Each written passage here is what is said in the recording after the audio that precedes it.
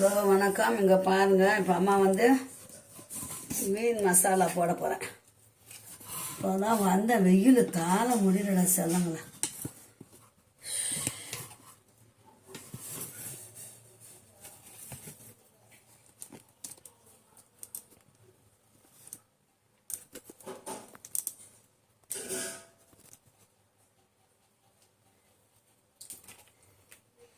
இப்போ இதெல்லாம் அரை மூடி எலுமிச்சம்பழம் புழிஞ்சிட்டேன். அம்மா புழிஞ்சிட்டேன். ரெட் சில்லி பவுட்ரு போட்டேன். கொஞ்சம் மஞ்சள் பொடி போட்டுக்கலாம். இஞ்சி பூண்டு பேஸ்ட்டு மீன் வறுக்கிறதுக்கு போட்டோம்னா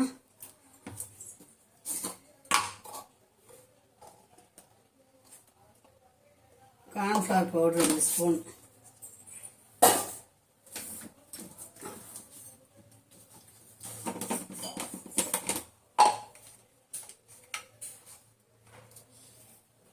உப்பு தேவையான அளவு போட்டாச்சு.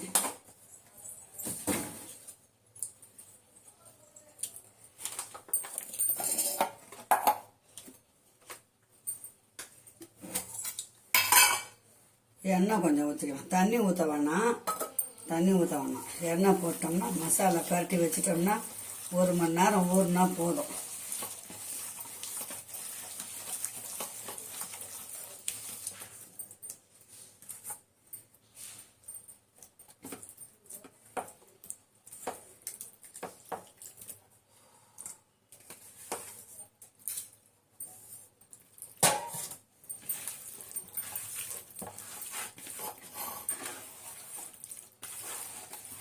₹300 மீன் எவ்வளோண்டு இருக்குது பாருங்க.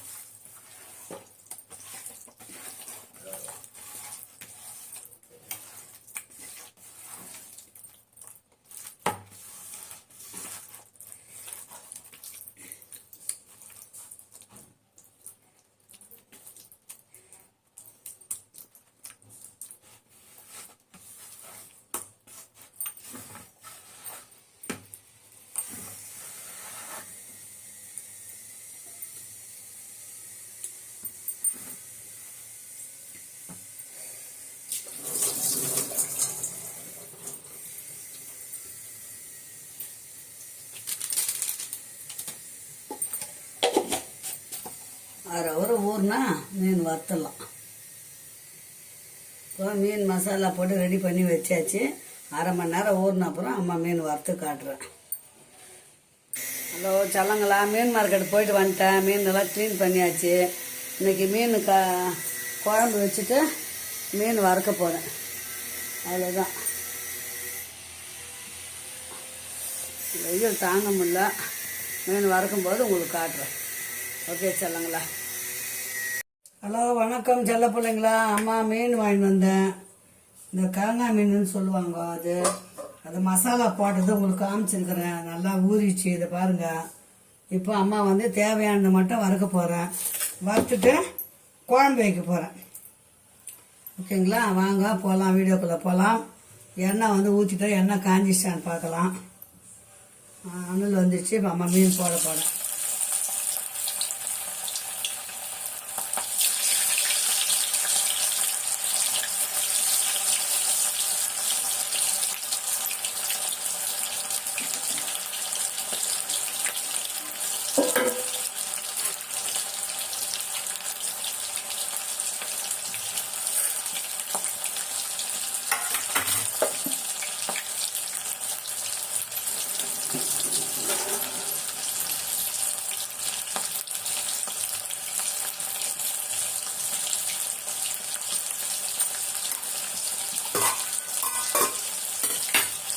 மீன் வறுக்கும்போது கொஞ்சம் கருவேப்பிலை போடுவோம். நல்லா வாசனையாக இருக்கும்.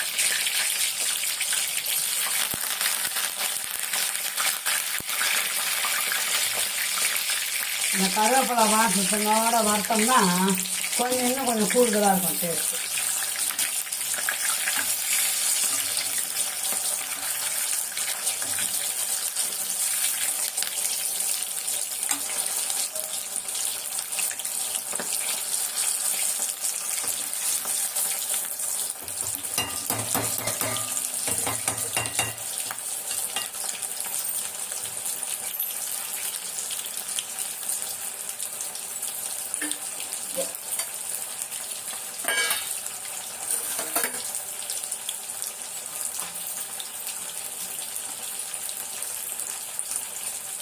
மீன் வறுத்து அந்த மீன் வறுத்த எண்ணெயில் குழம்பு வச்சுருவேன் அம்மா.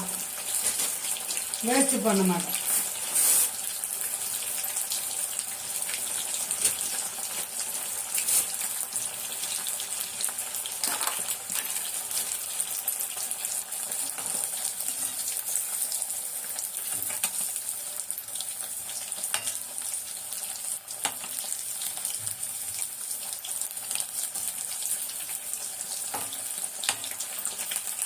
நல்லா சவக்கட்டும். இப்போ பாருங்கள், நல்லா சவந்துச்சா, எடுத்தாச்சு.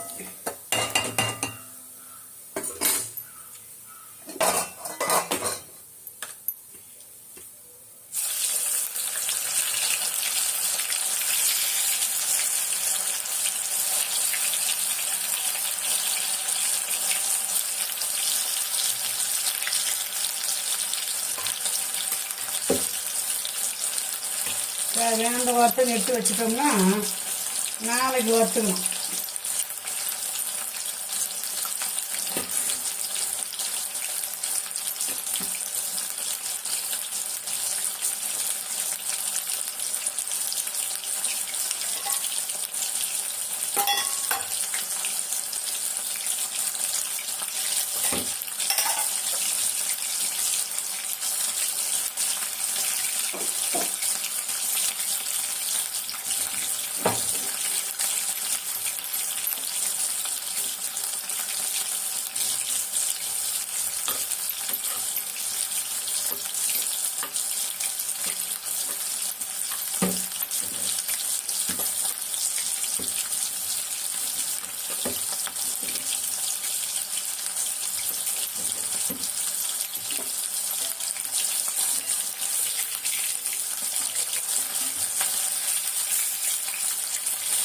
ஒரு பக்கம் சவந்துச்சு. திருப்பி போட்டோம்னா ஒரு 2 நிமிஷம் தான், அவ்வளோதான். 2 நிமிஷம் போட்டு எடுத்துடலாம்.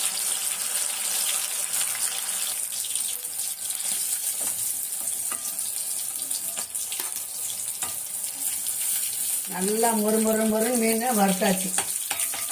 சூப்பர் டேஸ்ட்டில்.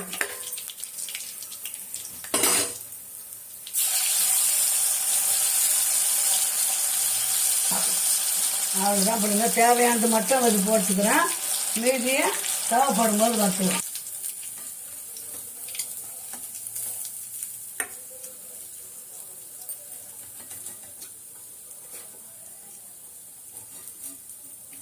இப்போ மீன் தேவையானது வறுத்து இல்லைங்களா? இப்போ என்ன பண்ணலாம், நம்ம இந்த எண்ணெயை மாற்றிக்கின்னு குழம்புக்கு உண்டான பண்ணிக்கலாம். இப்போ பாருங்கள் பிள்ளைங்களா, குழம்புக்கு அம்மா அரைச்சி ஊற்றி தான் வைப்பேன். அதனால் 1 ஸ்பூன் மிளகு, 1 ஸ்பூன் சீரகம்,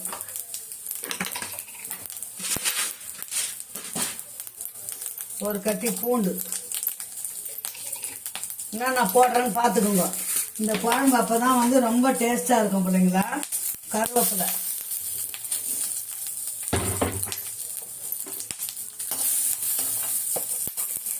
அதுக்கப்புறம் வெங்காயம், ஒரே ஒரு வெங்காயம், பெரிய வெங்காயம் பொடி கட் பண்ணிக்கணும். இதெல்லாம் வதக்கி அரைக்கிறது தான். நான் பொடியாக அரைஞ்சிட்டேன் தாளிக்கிறதுக்குன்னு. நாட்டு வெங்காயம் போட்டு தாளிக்க போகிறேன் அம்மா.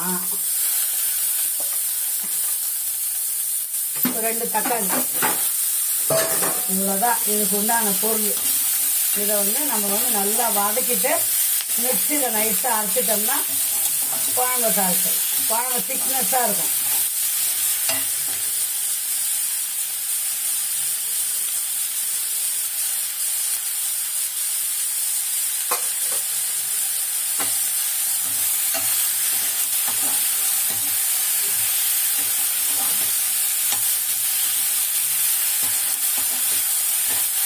கொஞ்சம் ஆற விட்டு மிக்சியில் சூடாக போட்டு அரைக்க முடியாது. அதனால் கொஞ்சம் ஆற விட்டு அம்மா அரைச்சிடலாம்.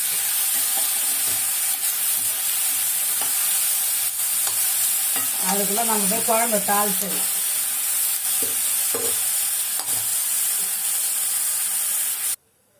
இப்போ பாருங்கள் பிள்ளைங்களா, கடாய் போட்டாச்சு. நம்ம மீன் வறுத்த எண்ணெய் இருக்குது பார்த்தீங்களா, அதை ஊற்றிக்கலாம். வேஸ்ட் ஆகக்கூடாதுல்ல. தேவையான திட்டமாக ஊற்றிக்குவோம். இப்போ நம்ம கடாயில் வதக்கணும் பார்த்திங்களா, மிளகு, சீரகம், பூண்டு, கருவேப்பிலை, தக்காளி, வெங்காயம் இது ஆறிச்சு அம்மா போய் அரைச்சின்னு வந்துடுறேன்.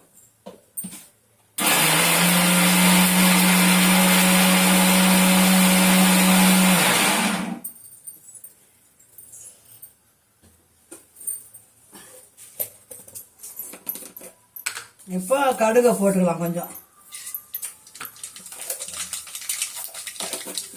தாளிப்புக்கு வந்து நாட்டு வெங்காயம் தான் போடணும், பொடி வெங்காயம் தான், சாம்பார் வெங்காயம் அது போட்டால் தான் டேஸ்ட்டாக இருக்கும். வெந்தயம் 2 போட்டுக்கோங்க.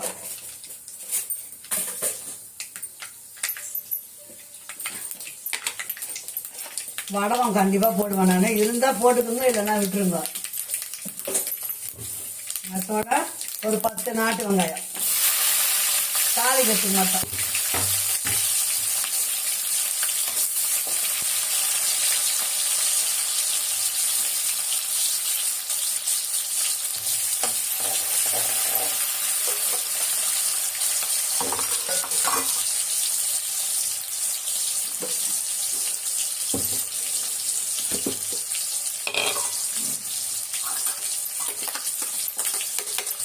இப்போ இந்த அரைச்ச மசாலாவை இதில் கொட்டிக்கலாம்.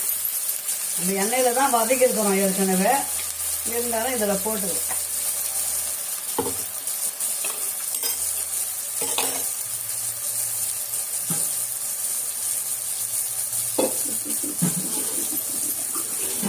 குழம்பு கொஞ்சம் தண்ணியாக இருந்தால் கூட அதை அரைச்சி ஊற்றுறதால அது நல்லா கொதித்து சுண்டும் போது டேஸ்ட்டு நல்லாயிருக்கும்.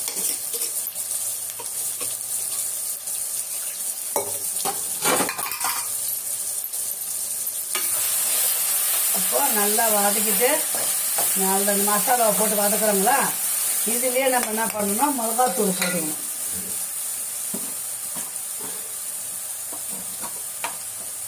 குழம்பு மிளகாத்தூள் 2 ஸ்பூன் போட்டுக்கலாம், பத்தலைன்னா கூட போட்டுக்கலாம். 2 ஸ்பூன் போடும், பெரிய ஸ்பூன் தான் நம்ம வீட்டில் இருக்கிறது.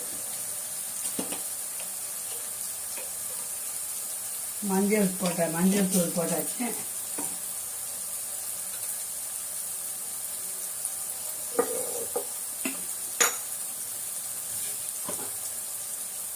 உப்பு தேவையான உப்பு போட்டாச்சு.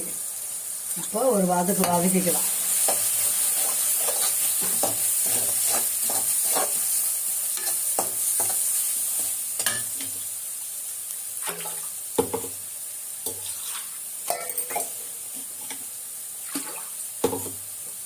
இப்போ நம்ம கரைச்சி வச்ச புளி எடுத்து அதை ஊற்றிக்கலாம்.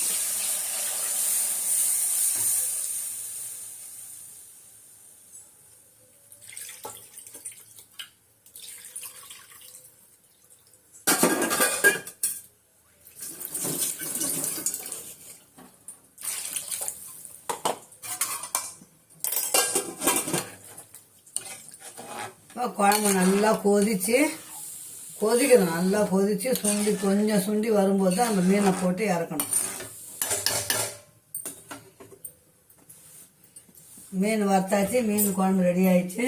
உங்களுக்கு ரொம்ப டேஸ்ட்டாக இருக்கணும்னா மீன் குழம்பு மசாலா ஆகுது, அது வாங்கி போட்டேன், இன்னும் டேஸ்ட்டாக இருக்கும். அதில் நான் போட்டேன், ஒரு 2 ஸ்பூன் இருந்தது, அதை போட்டேன். சாதாரணமாக நம்ம அரைச்சி வைக்கிற மசாலாவே டேஸ்ட்டாக தான் இருக்கும், இருந்தாலும் அந்த மசாலா போட இன்னும் கொஞ்சம் கூடுதலாக இருக்கும், குழம்பு டேஸ்ட்டு நல்லாயிருக்கும். அதுதான் பிள்ளைங்களா குழம்பு நல்லா கொதிக்கும் போது அம்மாவுக்கு மீன் போடுறது சொல்கிறேன். இப்போ பாருங்கள் பிள்ளைங்களா, நல்லா குழம்பு கொதிக்குது. இப்போ நம்ம மீனை போட்டுருவோம்.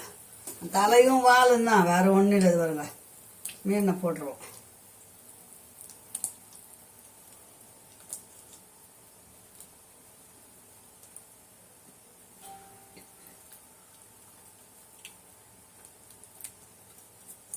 அவ்வளோதான், மீன் குழம்பு ரெடி ஆயிடுச்சு.